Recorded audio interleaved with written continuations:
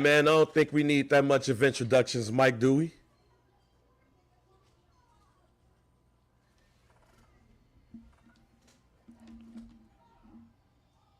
They didn't hear anything I just said because my I mic was know. muted. No, we don't need an introduction, man. Y'all already know what the hell is going on, man. This Mike B, that's J.R. Bang. This is Some Dude Pod. Rate, like, subscribe, all of that good stuff, man. Let's get into it. Um, Today's been a big day in hip hop. Yes, sir. It has been the wildest day. For those who are up under a rock, Diddy got officially arrested, and he was charged with a couple of things. Most notably, he was charged with sex trafficking and racketeering. And prostitution. Well, it's a lot of stuff within these Oh, charges. boy, Lando. Shouts out to Lando. Man, boy, if you don't go get your cheeses, nosy, you get the smile and shit. What a day. Let's start with the beginning of the day. Diddy was charged with a couple of items.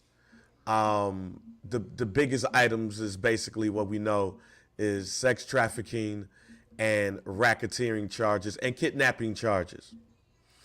I'm reading from TMZ right now. According to the indictment, the federal indictment, from 2008 to the present, members of the Combs enterprise allegedly engaged in sex trafficking, forced labor, interstate transportation for purposes of prostitution, coercion and entitlement to engage in prostitution, narcotics offenses, kidnapping, arson, bribery, and obstruction of justice. Bruh. Going to continue reading here from TMZ. According to the indictment, the purpose of the Combs enterprise was to operate a global business in the media, entertainment, and lifestyle industries. The purpose also includes preserving Diddy's power and fulfilling his personal desires, especially in relation to his sexual gratification, including through the exploitation of women and the use of commercial sales workers. The indictment talked about famous freak-off parties, calling them elaborate and produced sex performances that Combs arranged, directed, masturbated during, and often electronically recorded. I'm going to read through some of these documents, Mike. They could be wrong for us not to, because when I read the documents, I said, man, if this is true, this is wild. And then this other stuff that came out today. They wanted to arrest Puff today, but he had, I guess, some ecstasy on him, and they was like, nah, let's go ahead and get him tonight. Also, old girl that was at Diddy, who's in Dirty Money with Don Richard. Don Richard just filed a $100 million lawsuit against Diddy. And what's her name? Kalina? Yeah. Yeah, Kalina said, they ain't got nothing to do with me, fam. I ain't see shit. But apparently, the day that came out, Diddy called Kalina 54 times. Need you to cooperate. Yeah, no comment. Just say no comment. Oh no. All right. So I'm gonna read from the document some of the joints from the documents, and then we'll go ahead and talk about it. Combs and other members and associates of the Combs enterprise with the power and prestige of Combs' role at the Combs business to intimidate, threaten, and lure female victims into Combs' orbit. Often under the pretense of a romantic relationship, Combs then used force, threats of force, and coercion to cause victims to engage in extended sex acts with male commercial sex workers that Combs referred to as, among other things, freak-offs. Freak-offs were elaborate and produced sex performances that Combs arranged, directed, masturbated during, and often electronically recorded, as said before. In arranging these freak-offs, Combs, with the assistance of members and associates of Combs Enterprise, transported and caused to be transported commercial sex workers across state lines and internationally. Freak-offs occurred regularly and sometimes lasted multiple days, and often involved multiple commercial sex workers doing freak-offs. Combs distributed a variety of controlled substances to victims, in part to keep the victims obedient and compliant.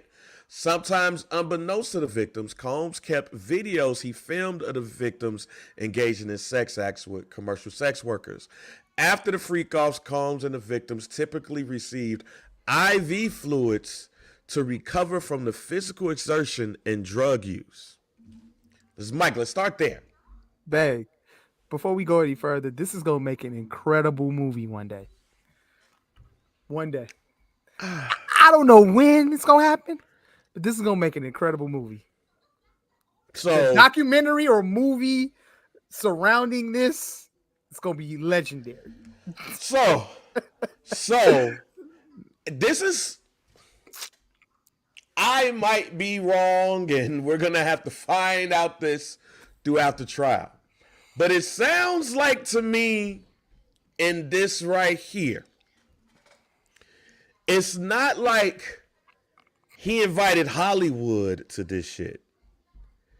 He invited girls to get ran by guys, it sounds like. Now, we may find out more, but when I read that and you look at Cassie's lawsuit, it matches up with all of this. Basically, I have Cassie here. I have these dudes over here. Let's have fun. And I'm going to record it. I'm going to get drugs involved. Now, Charlemagne, shouts out to Charlemagne. He said something today. If you got caught running the train with Diddy, you're probably going to jail. We'll get to that later. But Mike, when you hear that part of the document, what are your thoughts? My thoughts is that we go back and rewind to November 2023. November 2023 is when Cassie dropped the lawsuit against Diddy. Not dropped. She filed the lawsuit against Diddy. And in the lawsuit, it was a lot of details about freak-offs and so and so. And I remember saying on this podcast, and I remember prior to that as well, 6 months maybe prior to that, there was mention of Cassie reaching out to Diddy saying that, and I think this was talked about in court today. Yeah. That Cassie wanted to write a book, and she offered Puff, like, you can own the book. I give you the rights to the book if you pay me $30 million. Puff called bluff. Here we are. Puff called bluff. All right, cool. Cassie hits him with the lawsuit. So, and then paid her. He had to. So wait, hold on. Let me finish. Go ahead. I thought you were talking my bad. No, let me finish. And then he ended up paying her. Anyway, so looking at all the details in this lawsuit, the feds say there's a lot of criminal activity being brought up here in a civil lawsuit. Let's investigate. But this just makes me think of a movie called The Social Network, where it tells the story of Mark Zuckerberg being sued over Facebook by, one of his best friends, and then two other gentlemen who claimed they stole the idea from. And at the end of the movie, there was a scene where one of the lawyers who was sitting in during the deposition, she had mentioned to him that, hey, you're going to end up having to pay. And Mark was like, why? I invented Facebook, blah, blah, blah. And she told him specifically, this is something that rings off to me when I hear about rich celebrities and things that they, trying to get off on. She mentioned, like, you're going to have to pay, and you're going to have to pay a little bit more, but just pay them. Consider it a speeding ticket. And sign. And then you're going to have to sign, you're going to have to have people sign NDAs, because if they say if you don't pay and it goes to trial, they could say all these type of wild things about you. So he could have just paid Cassie and had her sign an NDA. All is quiet and kept, and ain't no telling what would be happening right now. With Diddy, we probably wouldn't be here talking about this right now. So that's what I think about originally. Obviously, these are some horrible, horrible allegations, and prayers and everything goes out to all those that were involved with this, and they were affected by this, and it's horrible. So those are two things that rings off to me right now. So yeah. So my thoughts is, one, also going back to the Cassie joint, and also saying, while it might be messed up to say, hey, you messed up by calling this young lady's bluff. All you had to do was just whatever pay the freight, call it a day. Whatever it is. Pay the freight, call it a day. And shouts out to our boss, Scott, Barb Chest Scott. He's been saying this term a lot lately, flying close to the sun. Yeah. Your kid Icarus flying too close to the sun. It feels like to me, man, Puff may have been thought like, may have been like, hey man, ain't none of this gonna get out. It is what it is. You could go back to the BET Awards when he had won that Lifetime Achievement Award, and he was talking his shit, but also kind of sounding defiant. He thanked Cassie in the speech, and the way he thanked it was like, oh, okay. It was I think that was like just poking the bear right there. Right. It was like, because you don't know if that was like sincere or like he was like really, you know what I'm saying? He was being an asshole about it. Right. So but when I read what I read, the one thing that I think that a lot of people are going to get really confused about is commercial sex workers. At the end of the day, it's still prostitution, and prostitution ain't legal in the United States of America. When you come to that part, the commercial sex workers, and I'm gonna try not to demonize sex workers and all of that too.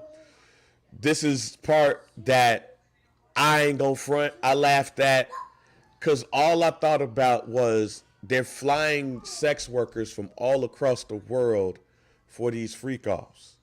What does this look like? It's elaborate. So it's almost like putting on a show to do what? Like, is there a prayer before we get started? Like, is somebody leading the prayer? Father God, I'd like to thank Puff for bringing us all together for this fantastic night of this freak off. I pray that nobody get hurt. I pray that nobody gets syphilis, HIV, gonorrhea, herpes, or anything like that. We have a great time. All right, amen. Like, it's elaborate. It is a show. This man is a showman. I am really like, how do you put all of this together?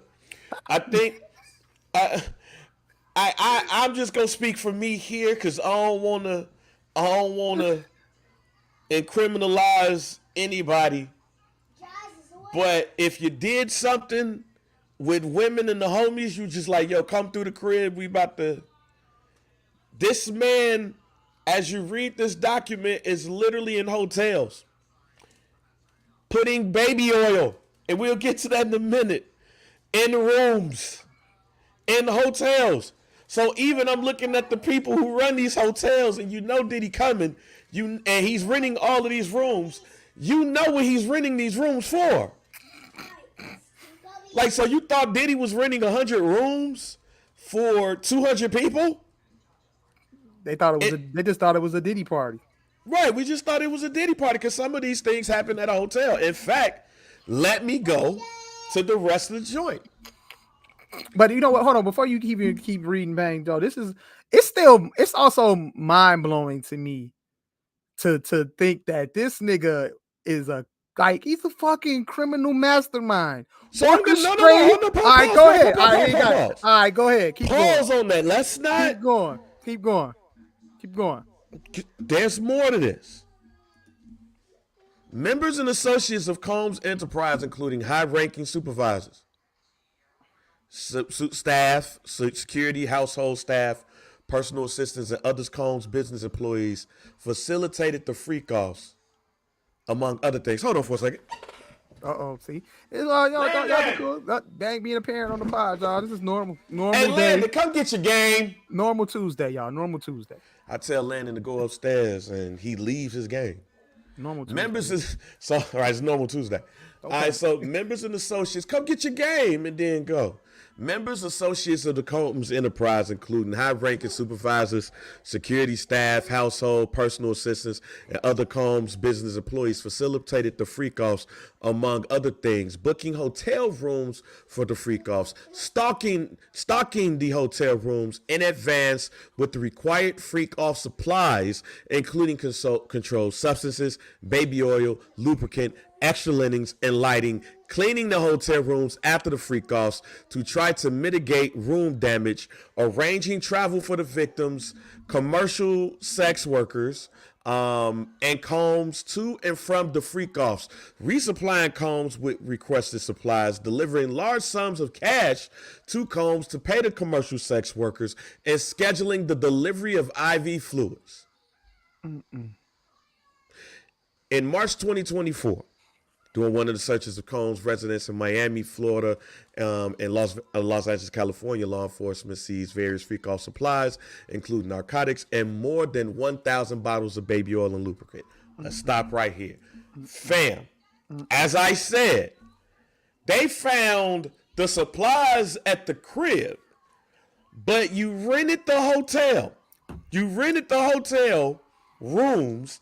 You went and you stocked the rooms. My G, we've all been in a hotel. I was in a hotel all this weekend. You go up in the hotel, you see stuff on your dresser, on the table. You see cards, places to eat, stuff like that, the internet, all that. You mean to tell me that people came into these joints and they were just like, I bet, look at these party favors already. There's some ecstasy. There's lube, there's baby oil. There's all of these parting gifts that Puff gives for these freak-offs. I have questions on that.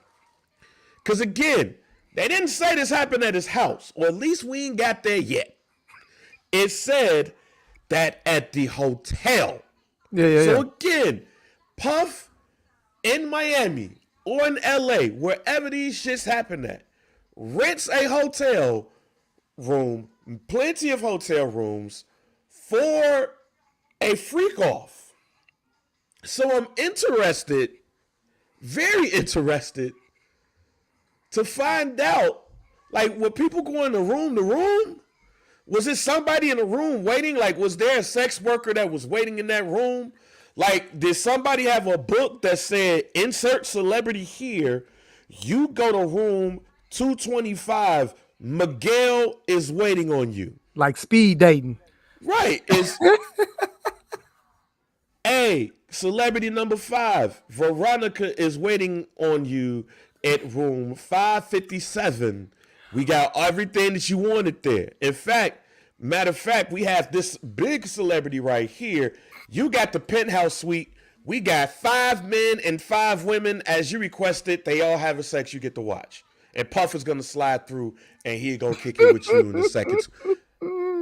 Like, I don't want to sound like a perv. Look, bro, you intrigued. And I'm intrigued too, babe. No, I really... It's okay. You're intrigued. I'm really confused. We need more transparency to this. We want more details. I am very confused at a hotel.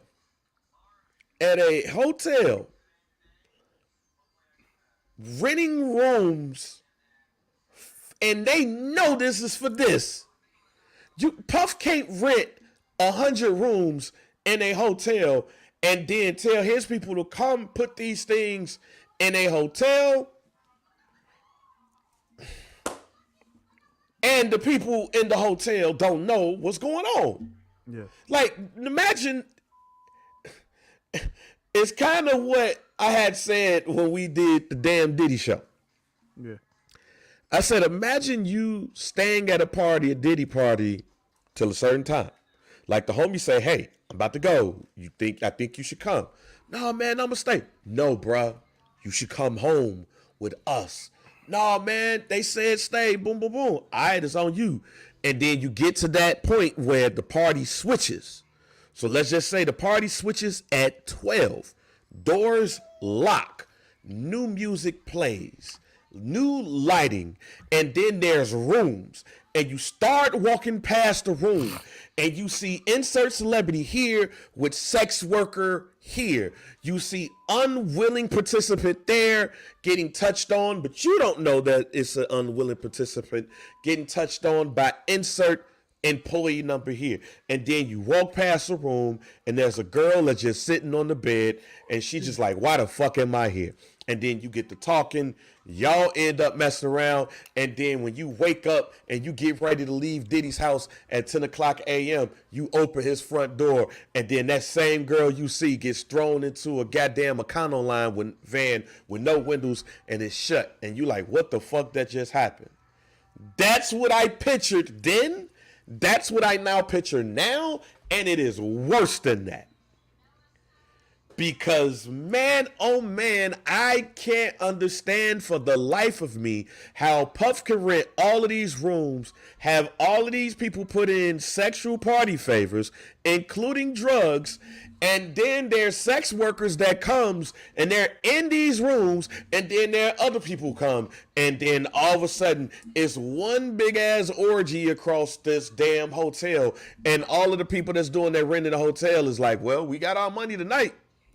You heard what they said. The freak offs lasted 2 or 3 days. And it happened days. So what happens in between a session? So when you when you have sex, like you tired, you take a nap. Like what's going on here? Like what happened in between? Is it food involved?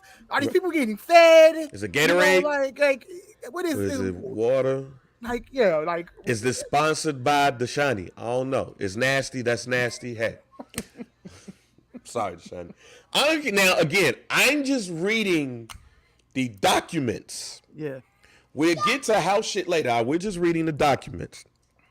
Members and associates of the Combs Enterprise, including Combs, security personnel, boom, boom, boom. Oh, yeah. All right, here we go. Bang, before you keep going, I want to know. Yeah. It's got to be. We gonna wait to that, Mike. Let's go through the doc. I have questions. Go through the doc. God damn it concerns. I'm on page 7, y'all. Members and associates of the Combs Enterprise, including Combs, security personnel, at times carried firearms. On more than one occasion, Combs himself carried or brandished firearms to intimidate or threaten others, including victims and witnesses to the abuse. And in or about March 2027, during the searches at Combs' residences in Miami, Florida, and Los Angeles, California, law enforcement seized firearms and ammunition, including 3 AR-15s with the face serial numbers, as well as a drum magazine, excuse me. Hey, check this out, bro. I was today years old when I knew exactly what a drum magazine was. I was unaware. So I had to Google what a drum magazine was. And I Googled it. And you want to know, look, let me tell y'all something about a drum magazine. If you don't know what a drum magazine is, the goddamn Terminator was using this gun. Yeah. In the Terminator 2, Judgment Day, Arnold Schwarzenegger was using these guns. What the fuck does Diddy have a gun like this for in his home? What kind of war is he fighting against? Well, we'll find out in a second. Go ahead, keep going. This is page 8 now. All right. Members and associates of Combs Enterprises enabled Combs' control over victims by following his directions regarding financial payments to victims, advancing or suppressing the victims' career opportunities, and acquiring controlled substances Combs used to keep victims compliant. Members and associates of the Combs Enterprise at times witnessed Combs' violence towards the victims or the victims' injuries caused by Combs without intervening.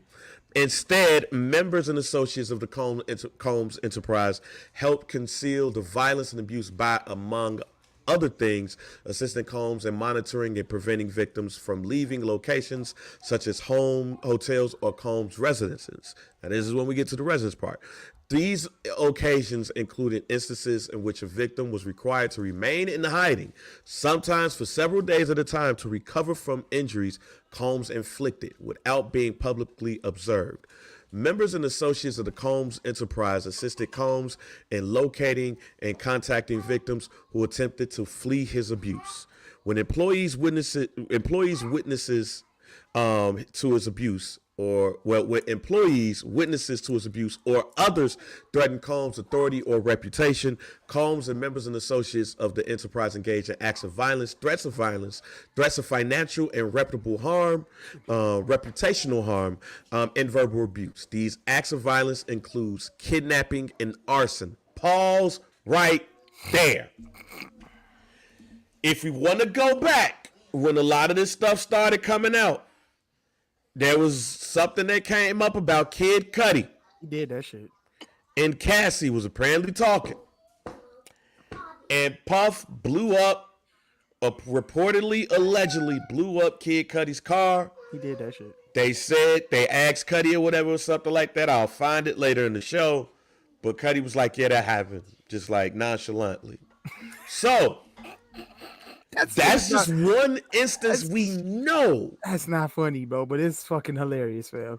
But we're going to get to what you had said earlier in a second. That's what I said. I want to get through this. Yeah, go ahead. Because this is one of those situations where I want people, when shit like this happened, like when the Bill Cosby stuff popped up, or when R. Kelly popped up, and everybody had these opinions, but they did not read the indictment.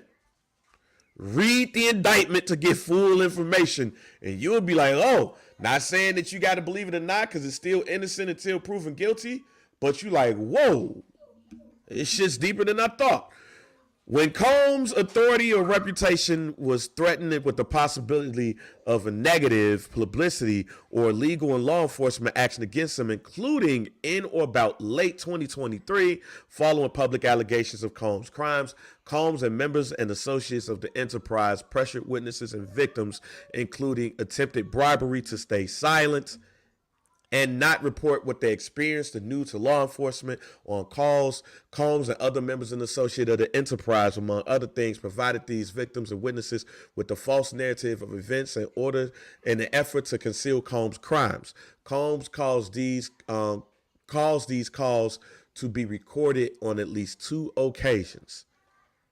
That does not even get to the racketeering conspiracy. That does not even get to that piece. That is all the nasty shit. They got the counts.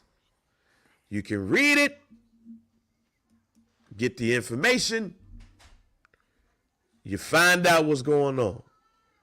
But this here, Mike, gonna answer your question that you asked about crime, just a crime syndicate, basically.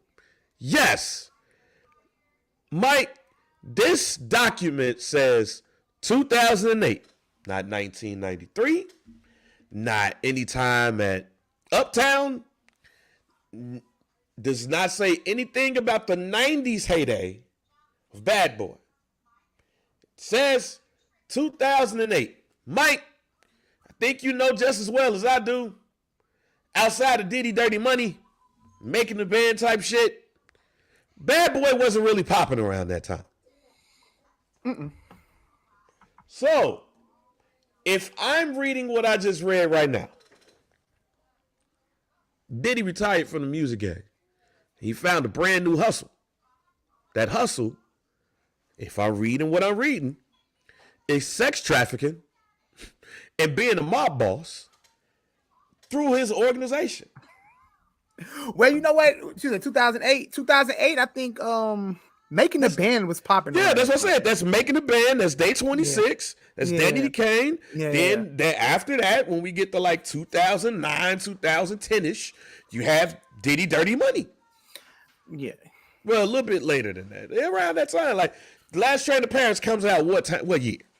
Hold on, let me fact check that. Last Train to Paris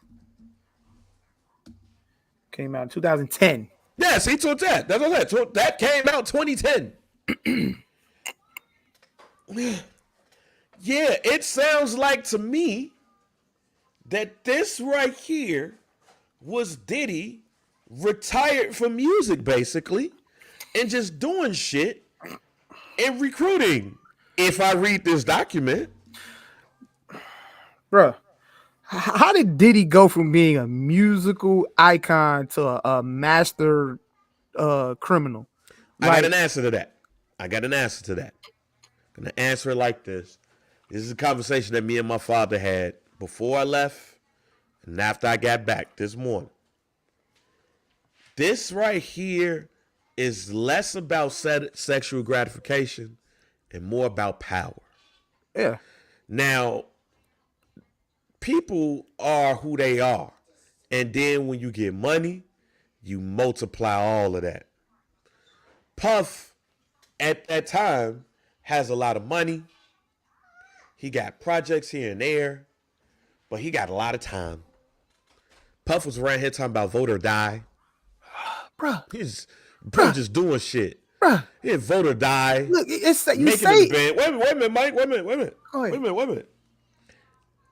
Puff got vote or die. And fact check. When did vote or die happen? that was like 2008.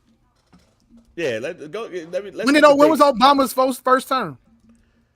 That was 2008, I believe it is. Yeah, like maybe before that.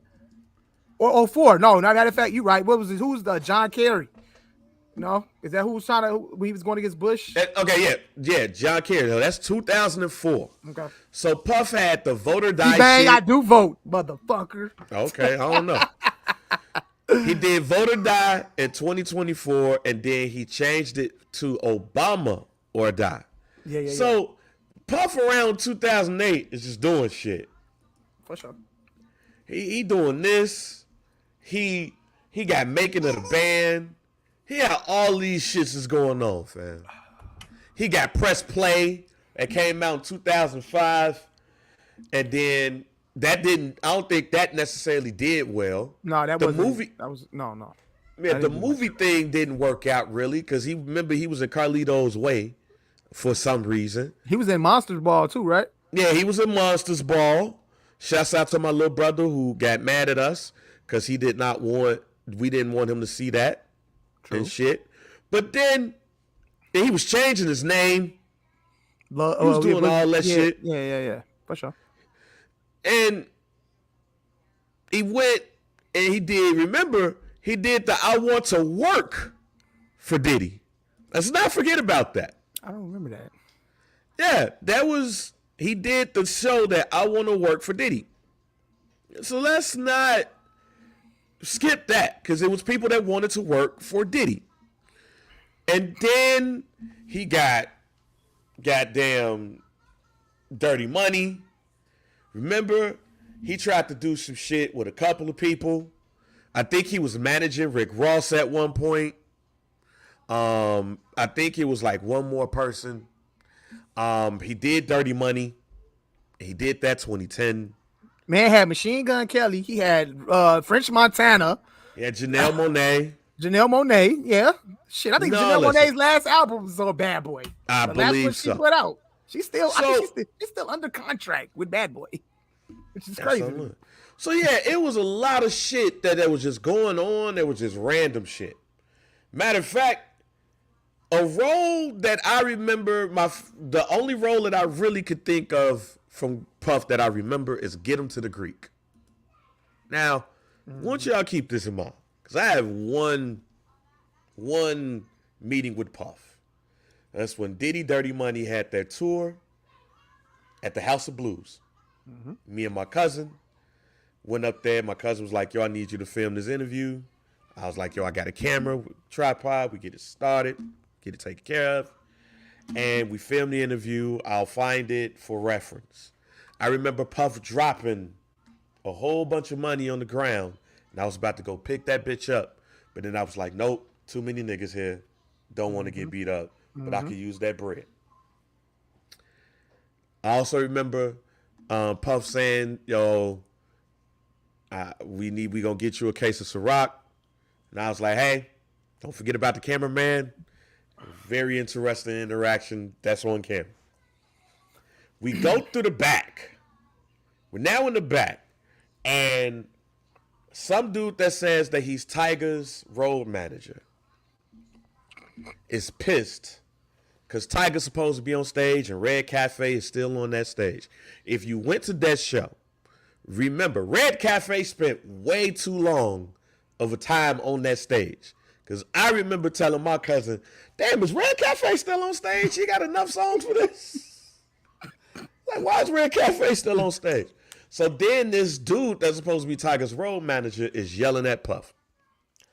And Puff being cool, like, yo, brother, hey, we'll get it taken care of. Don't worry, he gonna get on the stage. And dude, now he's being belligerent. He's cussing and shit. And Puff's like, brother, you ain't gotta cuss, you ain't gotta do this shit. Where was this at? We was backstage, like that upper backstage. What venue was this, you said? House of Blues. Okay, go ahead. So one of the Puff security guards, I forgot the camera was on. It's not recording. But I forgot the camera was on. That motherfucker saw that red light. He was like, yo. I said, oh shit, don't worry about it. And me and my cousin just sitting there like watching this shit. Because we walking with Puff. And dude, Puff said, hey, no cussing, none of that. But if you keep going, it's going to be a problem. So he cussed that Puff one more time. And exactly how Puff was on Get Him to the Greek was him at that moment. I said, ooh, shit. But Puff was cool about it. He wasn't like, he let the man talk. He just told him, this is what I need you to do. He ain't do it. Puff yelled at the nigga. Nigga was removed. And he was like, hey, man, it was nice meeting y'all. Y'all have a nice day. Be safe. Boom, boom, boom. My only interaction with Puff was get him to the Greekish because that nigga was fucking up. Mm-hmm. But when I saw him interact like that, I was like, damn. I think it's hard working with Puff. Then I read this. And the reason why I'm bringing this up and said it's hard working for Puff, because now I'm thinking about Combs Enterprises. There's nowhere in hell, because I brought up the hotel shit. There's nowhere in hell you can't tell me if this shit's true. You can't tell me that Puff wasn't acting like a mob boss. You can't tell me that Bad Boy, Sean John, anything that's under Combs Enterprises at that time was a front. Puff was really acting like Freaky Frank Lucas. If we doing this, Puff's Freaky Frank Lucas without the cocaine. And what if something comes out and says this nigga was also involved with cocaine trafficking? This man was Freaky Frank Lucas. Because they not getting him off of drugs. They getting him off of the use of drugs and freaky shit. And it feels like to me, everything was just to get money to do freaky shit. Until somebody showed me differently. Until Puff has his day in court. And somebody showed me differently. All this was Puff being Freaky Frank Lucas. And instead of cocaine trafficking, it was sex trafficking. And if you got in his way, he was violent. That's wild to me. And I'll say this before I let you go, Mike. What's even wilder about this, they said 2008. I wonder what gave Puff the idea of doing these freak-offs. I really want to know what Puff was watching to influence him. But I have an idea what that may have been. Mike, the movie Eyes Wide Shut with Nicole Kidman and Tom Cruise came out in 1999. Mike, that is the white version of a freak-off. Eyes Wide Shut with Tom Cruise and Nicole Kidman is a freak off. I'm aware of that movie, and I shouldn't have seen that movie in 1999. But proceed. It was a freak off. Directed by Stanley Kubrick, it was a freak off. When you get to certain parts of the movie, you go read the synopsis or you go watch the movie. But eyes wide shut, I think Puff may have went to the premiere or just saw the movie one day and was like, I want to do that shit. So when they say at least 2008, I'm believing that might have been as early as 1999, 2000. And it just maybe build over time. Because what did they say, Mike? Ain't no party like a what? That Diddy party. So, if I'm looking at this document, maybe the Diddy parties changed over time. Maybe the Diddy parties was just a good old time. Hey, Cavassier, hey, Buster, hit the road rolling. Like, maybe it was that, but then that man saw Eyes Wide Shut and was like, you know what? I don't think that's such a bad idea. This is a great idea. Let's do this shit. And it just grew over time. Now let's get to Combs Enterprises. Puff can't be the only person that get arrested. See, R. Kelly. Dang. R. Kelly. How? R. Kelly is one thing. I don't think R. Kelly had a team. Like, R. Kelly. These niggas said Combs and Combs Enterprises. What other niggas at? Who are the people at Combs Enterprises that was like, yo, hey, Diddy, when the next freak off? I bet. I'm going to go ahead and call the Hilton, get this taken care of. We're going to have our people come up in there, and we're going to put everything in the room. We're going to have them put more linen in there than usual. We got the light set up, so the mood will be set up right. We got that taken care of. Bet. What up with the people? All right, so I called some people. I got some people coming from Russia. I had some people coming from Belize. I got some exotic women from South Africa. And I got some people from Uzbekistan. Like, where's that at? I don't know, but that's exotic. Also, we got some men from Puerto Rico. Got my man Miguel. He got a bun in his head. He got the little designs and this shit. He got a six-pack. Think you will like that. Also, we got two guys from Australia. They're ready. They're hot and ready. And we got some people from Iran. Like, they ready. Bang. Who's the person that is scouting the hoes? Or the sex workers? Bang. Okay, that's a great question. So let me ask you this. So part of some of these crimes is brought up as kidnapping. Where's the kidnapping come involved in? Where's Cassie? That's Cassie. When you drug her ass from that hotel room back to the room, that's kidnapping. Okay. If a young lady was like, I don't think this shit for me, and you was like, bitch, you don't do that shit, that's kidnapping. If one of the guys was like, nah, fam, this ain't for me, y'all too wild. No, door's locked. That's kidnapping. Okay. Let me ask you this. So this kind of like reminds me when you bring up all of the other like other people from other countries. That reminds me of Taken. Yeah. When Liam Neeson's daughter got picked up from the airport or from the house, and they get kidnapped, and then they get auctioned off, and then they turn into sex workers, drugged up sex workers. Exactly. Is that what Puff was doing? Well, I ain't gonna say that was Puff was doing. I don't know, y'all. I'm just reading the document. I ain't seen that this nigga had Boris and 5 other Russian dudes grabbing women and doing all that shit. I don't know. What I'm saying, however, is who's scouting sex workers? If he's flying sex workers, commercial, this is the words that they use, Mike. Commercial sex workers. I ain't no sex worker expert. I ain't never had no sex worker.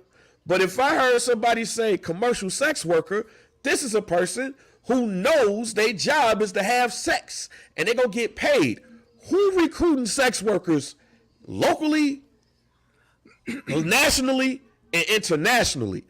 Who at Combs Enterprises was like, yo, hey man, it's a dude out there in Iraq that got a 13-inch dick and I think you'll love it, Puff. And then Puff say, oh, bring homie ass in. Like, who is recruiting the sex workers?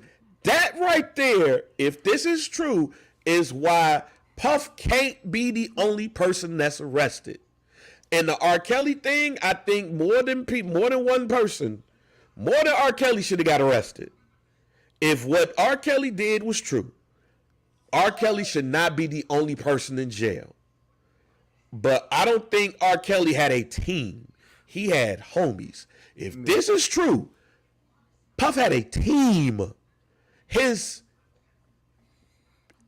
company was built off of sex trafficking or continued through sex trafficking, if you want to say 2008 on to now. I am confused on how that piece happens.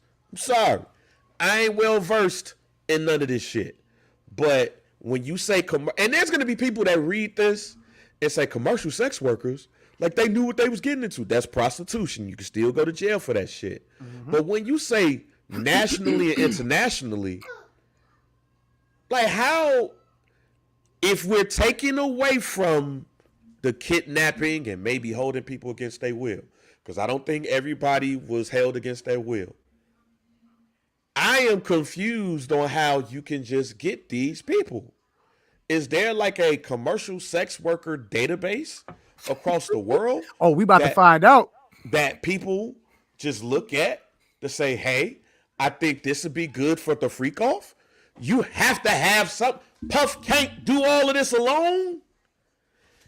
Everybody got to go to jail if this true. Whoever picked up the call to say, yo, Boris, we need you at the Four Seasons in New York at 10 o'clock. We got your flight handled. Slide. He got to go to, that person who made the call got to go to jail. The person who went up in there and put the party, fam, you're not putting ecstasy in the room and lighting and asking for extra linen for some regular shit. This ain't the, I'm trying to think NFL draft. Like, you're not putting ecstasy, some pills, baby oil in a hotel room for the NFL draft. Whoever packaged the shit and put it in the room, decorated it, had the lighting, you got to go to jail. Whoever made the call for the hoes, whoever decorated the room, who was out there recruiting, who took women, who used violence, all of them got to go to jail, Mike. Today, Puff got no bond. He can't be the only person if this is what we doing.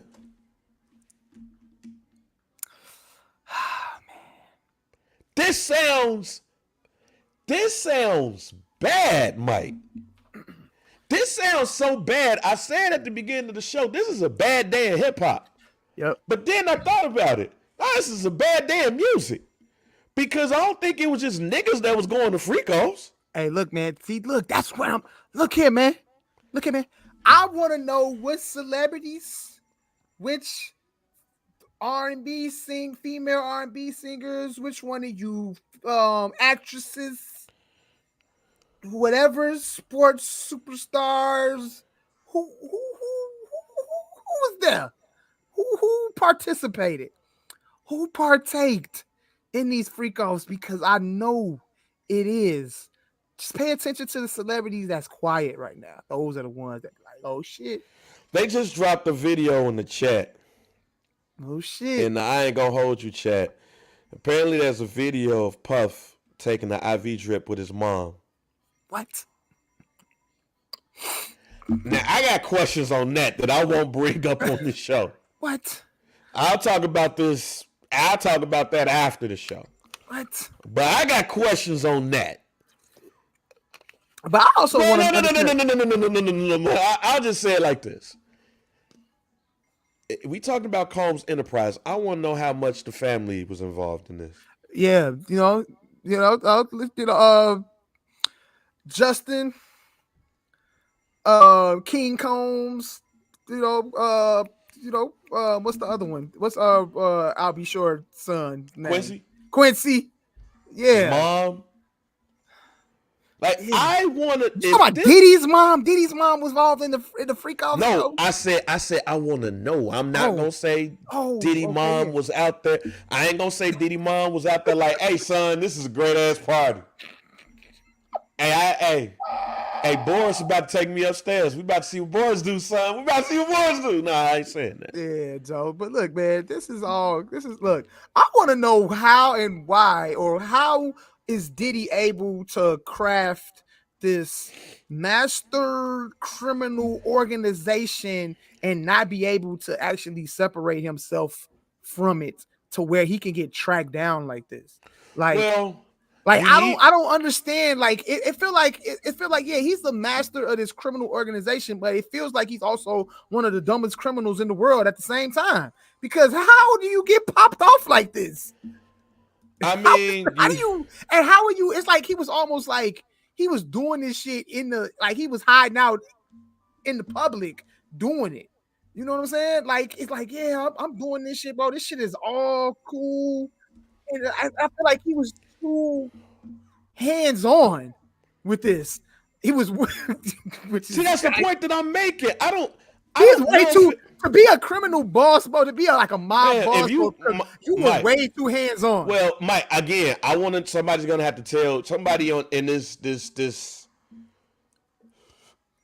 this court case. Somebody's gonna have to tell me how Diddy was recruiting the sex workers. Yes, bro. But this is something that you have to have a whole team. That's what I said. Everybody, you gotta have a chalkboard. You gotta have a chalkboard with look. Yeah, we got this and look, you're gonna be handling this. You're gonna be in charge of this. We're gonna do it this way. Circle this here, and then you're gonna go here. Like this is like crazy. I feel like you gotta have like a class, a whole class. You know what I'm saying, and tutorials and all of that shit, bro. This is absolutely crazy. But I feel like with all of this, bro, he was way too hands-on. Yeah, that's what I'm saying. Like, I have questions more than that. Now, this is dependent on how when this started. We're only gonna say 2008 here, but it wasn't like people wasn't going to Diddy parties past 2008. I am scared to see them videos come to light. If somebody, look, y'all hack everything else. If y'all were to hack the FBI's shit, one of them freak offs is going. One of them freak off videos is going viral. Somebody got to drop a freak off video, and the perfect place to drop it off is Twitter, because they already got freaky shit all over Twitter. So if y'all can hack one of the freak offs, it's going down, and put it on Twitter along with all of the filth that's on there, it will go up. It will go up. I'm telling y'all. I am worried about who in Black Hollywood or just Hollywood in general is on those tapes. Man, fuck Black Hollywood. Hollywood, like you said, Hollywood, bro. Who in Hollywood? Because Diddy was he was in with everybody, cool with everybody. We talking about Jeffrey Epstein. This feels like to be a small version of Jeffrey Epstein. But it sounds like to me for right now, it does not sound like he was holding things over celebrities' heads. He was holding it over the women's head. It wasn't like he was saying, yo, insert celebrity here. But I'll even throw out a little caveat before I go to this $100 million case that we had mentioned that Diddy defaulted on. And I had said some shit to my father, and my father agreed. But now you go, like, this is so, the ramifications to this, in my opinion, is so big. It's going to make you, of course, look at Diddy differently. It should. It's going to make you think of people around Diddy differently, which it might should. People that are connected with Diddy, who's done music with Diddy, who's done things with Diddy just like it did with R. Kelly. It wouldn't be fair to do this for Kels and not do this for Diddy. But then you're going to start looking at other people in Hollywood, other people in music. Not going to name names, but there are certain people in Hollywood that have mega parties that everybody love to go to. Well, go on at them joints too. Did somebody look at a Diddy party and say, yo, I want to do my own smaller version? Well, did somebody take the idea that there's been times where Diddy has had competing parties with others? Like, you're going to start looking at these parties and going like, well, what the fuck really goes on over there? Yeah. Now, let's go to that damn court case of Diddy losing the $100 million court case that Diddy defaulted on. Did you hear about that, Mike? Yeah, I think we talked about that last week. I know. Yeah. And that's why I want to bring this back up. Because he eventually filed to vacate the settlement to a dude in Michigan who's in jail. Now, me, you, and Scott said on this show, I don't think that's something that I want people to understand and know that's how I got my money. If you read what we read, my man said that he was performing a sex act on a woman and Puff tapped him on his ass. Good game, though, I guess. Now, Good job, kid. Good job, kid. Right, good job, fam. You're doing a great job. Now, the dude, Derek Lee Cardello Smith, won a $100 million default settlement. The order was handed down last Monday after the rapper failed to show up in court. I mean, we know why.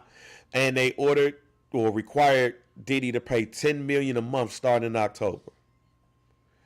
Now, they say he wasn't served a summons or complaint that was filed in June. And he said that he has no obligation to. Now, the dude who's 51, he's in jail currently right now for numerous criminal sexual offenses. So he's a freak man too. Mm-hmm. So he said that he was working as a bartender at the time. He accused Puff of touching him on the left buttocks. Mm-hmm. And as he was performing some shit, he gave him a spiked drink. And he fell out, and then he saw Puff having sex with a woman, and the dude said that Puff told him, I did this to you too.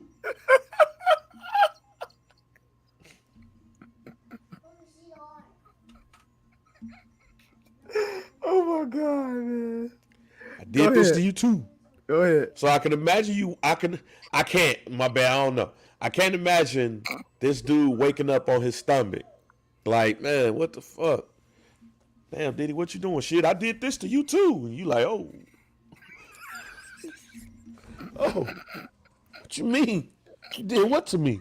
Oh, shit. What my ass for? Like, I don't think, I asked my father. I told my father, if I came into $100 million and didn't tell y'all exactly why, y'all gonna have questions on how I got this money. Is you in jail? What did you do? Like why you ain't in jail? Did you steal something? Then if it came out that I won $100 million off of a settlement for Diddy for doing what they said is done, I think my family look at me kind of crazy.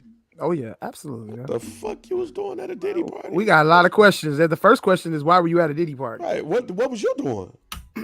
For him to tap you on your ass, butt ass naked. Yes, sir. Why was you eating Mackie in front of Puff? Like, what was this? What? Tell us about what's going on here, son. Yeah. I say that to say this. There's going to be a lot of things that come out, and we ain't going to know what to believe. Now, Puff is innocent until proven guilty. I don't know how Puff gets out of this, though. And Puff is currently in jail.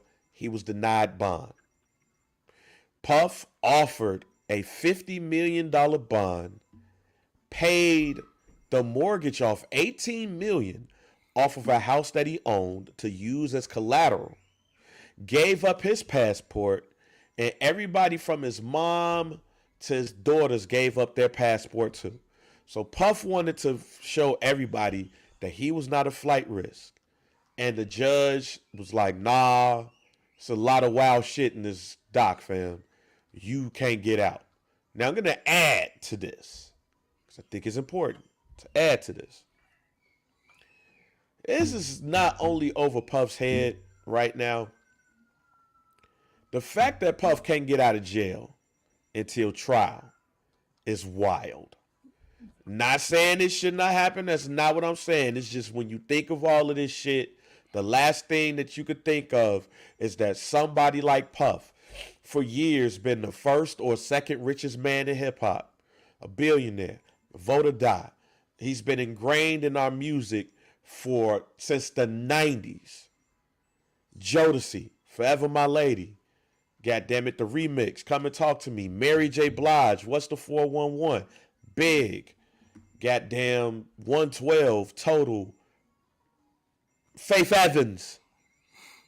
The list goes on and on.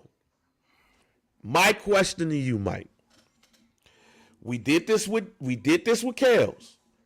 I personally was not a person who listened to R. Kelly a lot. If it was on, I did not turn it, but I wasn't like, let me go play this R. Kelly. I wasn't that guy. But when it comes to Bad Boy and people connected, turn that shit on. We even talked on this pod right here about Puff and Jermaine Dupri. Ladies and gentlemen, we ain't never getting the Puff versus JD versus. It's just never happened. It's never happening, y'all. We will never get it unless you want to do it at home. Maybe they have a versus board game where you can play shit at home. That's the only way you're going to get Sean Diddy Combs versus Jermaine Dupri versus. That is dead. Yeah, we gonna have a board game, goddammit. A board game. It's just like Family Feud and Jeopardy and shit. Like that's what we got here, y'all. It ain't happening. But there's people that won't play an R. Kelly song. There are people, there are radio stations, there are companies that will not play an R. Kelly song. Can you do that same thing to Puff, though? I still play R. Kelly. I'm going to still play Puff. No. Not necessarily. No. My question is my question to make sure I get this right. You get this, you understand my question. My question to you is, can you do, if you're these companies, can you do the same thing to Diddy like you did to R. Kelly? Is it impossible to not play a Diddy Puffy song connected to him with what's going on right now? I think you treat it the same way as you treat R. Kelly situation. I don't think if there's a lot of songs out here that's still connected to R. Kelly, even though he's not on them, that you still hear, or artists that was connected to him that you still hear. And it's impossible to really do that with Puff. I think we can't, I think we talked about this. We can't take it out on Biggie because he was signed to Bad Boy. You know what I'm saying? Like, we have a lot of throwback records that will live forever with coming from Bad Boy, coming from Faith Evans, Carl Thomas, Mace, Faith Evans and all of that shit like that. Like, you can't punish these artists and their records being played, whether they're on the radio or in the clubs, or them possibly, going out on tour and, performing their hits, Airy Crown Theater style. We can't blame them. You can't put that on them because of Puff.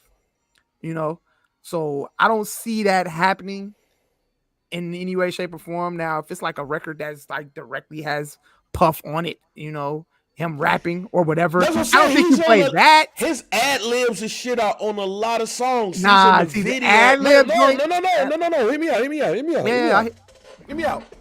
He's on a lot of songs. He's in a lot of videos. A lot of the songs are some of the most popular songs in that era, and even still popular now. I can't see a world where we don't play All About the Benjamins.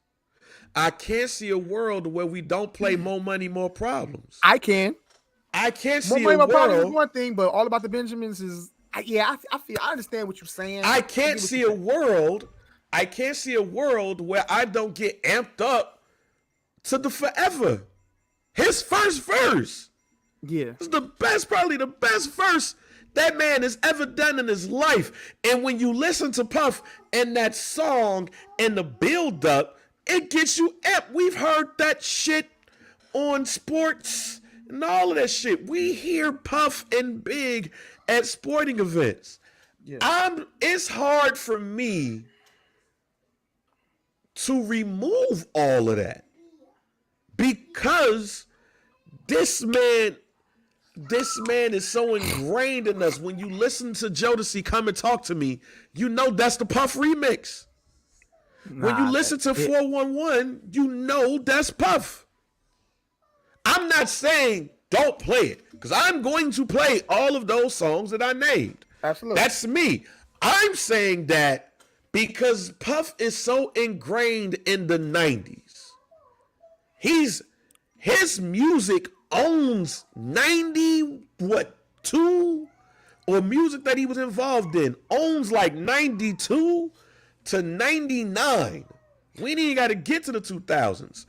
I think it's hard for radio stations, television companies, movie brands to not play songs that is connected to Puff. That's going to make for an interesting conversation. Yeah. I think you separate the art from the artist, but when you are charged with something like this, I don't see, and if you've already set the precedent with R. Kelly, I don't know how Puff or Puff related things don't hit that same mark. I'm not saying to do it. I'm saying that you set the precedent for somebody like R. Kelly, which is also unfair because you still play Elvis, you still play Jerry Lee Lewis, you still show Roman Polanski movies, you still do those for other people, you still show Woody Allen movies, you still show movies from people that were depicted in similar lights. You look, we still watch Seven when that bitch come on, and Kevin Spacey in that mark. You still, like, they just show, I just saw something like, American Beauty celebrated its such and such anniversary. You set the precedent with R. Kelly, though. I don't see, because Puff is so connected to those records, how you can't do the same to him. Is going to be interesting to see what people do. I can't see I'll Be Missing You being played on anything ever again, because it's directly his song and it's just him on it. Now, if it's something that's included with him, ad lib, or like maybe a line here or two, I feel like you can hear that possibly, maybe, with him not on it, or like they edit it out or something. Okay, let me ask you this question. That nature. But a song directly made by Puff Daddy or Diddy that's just him can be eliminated. But so let's be hella specific then. Yeah. Top 5 songs from Puff that we'll never hear in the mainstream public again. I'll Be Missing You. You're not going to hear that shit again, G. But even though that's a great record that people use to cope with loss, that song won't be played commercially. Won't be used in movies or anything of that nature. And Brando just said Bad Boy for Life, which that record, as far as like the beat, the production, and how hard, like, you know what I'm saying, that knocks, that song has been used in plenty of commercials and movies and shit like that. It's not going to happen. It's not going to happen. Victory, obviously. We're not going to get that unless you use Big's verse. Use Big's verse. Or use Busta Rhymes. You need Puff's verse to get you to Big. Well, so I'm just saying, it could be placed in a movie somewhere, and you start with Big's verse. You're gonna forget that song don't matter without Puff's verse. I understand what you're saying, but if you want to, if it does get used, it ain't gonna be Puff's verse, and it might not. We got those 3. Might not hit the same. What's the other 2? Because I think we have it. More money, more problems. Can't use Shake Your Tail Feather, no boy. Can't use that. Like, you know what I'm saying? Like, that go crazy. That would go crazy in a movie, just depending on the scene. You know what I'm saying? If it got something to do with women. That's it. That was on Bad Boy. That was on Bad Boys. Yeah, Bad Boys 2 soundtrack. That's what it's big. That's a big record right there. You can't. More Money, More Problems is dead. which is crazy to me. Which is That's crazy. just that. You want to know what's crazy too? I got a little quick story about More Money, More Problems. That song, I remember in '97, me and my brother, we used to imitate Puff and Mace when that video came on. We'll stand in front of the TV and we'll do all the dance moves and shit to that video, fam. And now this man is possibly will never see the light of day again. It's very possible that man will never see freedom again, bro. And we're talking about More Money, More Problems not being used or played on the radio anymore. Flavor in Your Ear remix? That's a great question, DG. Did Puff rap on that? Puff didn't rap on that. He didn't rap on yeah, Bad would come out and yeah, Puff didn't rap on that though. You can edit that part out, G. You can edit that part out. You know what I'm saying? You can just get somebody to edit that part out. Flavor in Your Ear remix. He talking about Flavor in Your Ear remix. Nah, you keep Flavor in Your Ear remix, G. You gotta keep that. I don't know. I mean, he's not on it. I don't know. I can tell you right now, More Money, More Problems ain't gonna get no more. Benjamin's is dead too, is what you're saying. Benjamin's is dead too. Which is crazy. Victory, Bad Boy for Life. If I had to put one more, man, I don't know. But Puff, because I have to take everything off. But Puff being, here's what scares me. I need a girl. Yeah, I need a girl. You can't play I Need a Girl or I Need a Girl Too. You can't play, man, and that's 2000s, my nigga. We can't play Nas Hate Me Now. You know, like you can't. If we're using the R. Kelly metric here, you can't play a lot of songs. And now I'll end this because we ain't got shit else to talk about here. This is Puff got arrested, Puff in jail. Puff might not never get out of jail. Like that's something that this is the biggest part about this. Puff got no bond. Puff might not never get out of jail, Mike. Which is Puff, crazy. that shit might be dead. Puff might never see the light of day again if he's found guilty. What scares me about all of this is that libraries will be burned down. We can have this conversation now, but what happens 10, 15 years from now? What happens when people starts to forget people like Big, Faith Evans, Carl Thomas, the Locks, and anybody that was associated with Bad Boy because of that man? That's what scares me about all of this. Because the less you play that music, the more of a chance for it to be forgotten. As we get older, we're going to play some of these things, but our kids are not going to play it. Just think about it with like V103. I was laughing because the homie Pierce was like, yo, they playing Warren G on V103 now. It's like, yeah, that's the Dusties now, G. Like, they're not playing the Stylistics every day on V103 like that. They're not playing the Commodores every day like that. Yeah. It's up to the old heads to play that music because it's less of a chance for you to hear it now that you're used to. That's the same thing when it comes to anything that Puff is connected to. If he did all of this shit, he got to go to jail. But what scares me is that libraries will be burned down because this man decided to do alleged nasty shit. He wanted to become Freaky Frank Lucas. This is what happens when you decide to be Freaky Frank Lucas. He wasn't doing drugs, or he wasn't selling drugs. He wasn't out here with a damn cocaine land in Thailand or some shit. He was out here being a freak man. And because you had to be a nasty man, now there's a chance that libraries would be burned or forgotten about because of your actions. Bad Boy entertainment was a big part of Matter the of fact, Mike, I'll let you end it off with this question. How damaged is the legacy of Bad Boy today? It's greatly damaged, man. I think the only thing that keeps like it afloat is just like if you still are able, if people out there, whoever it is, whether it's music, movie producers, or whoever that would like to incorporate some of those records from other artists into their content, whatever it is that they present to the world, like if you still able to keep Big's legacy alive and still able to celebrate those artists that we mentioned who total Faith Evans, Carl Thomas, so on and so forth. If you're still able to like celebrate them and be able to separate Puff, then Bad Boy can still live, you know, so to speak. But if you can't, then dude, the death of Bad Boy is here, fam. Like we're seeing it like right now in real time. So we'll see, man. Like that's pretty much the way I can answer it. That's the way I can answer it. Like if people are able to separate Puff and everybody else that was affiliated with Bad Boy, then Bad Boy lives. But if not, death to Bad Boy Records, man. Sad to say.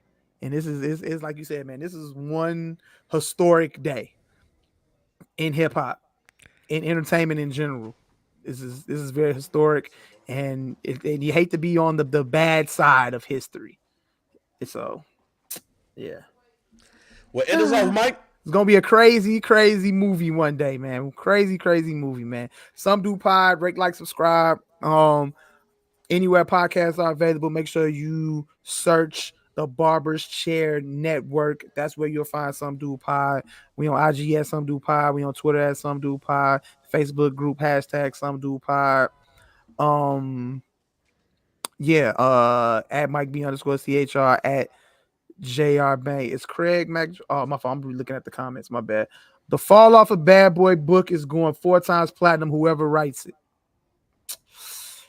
Yeah, Brando. Dream Hampton get to work. Ooh. Dream Hampton got it. Dream Hampton gonna write that book. Yeah, she gonna be lit. Man, bro. But yeah, man, I'm Mike B. That's JR Bang. And we gone.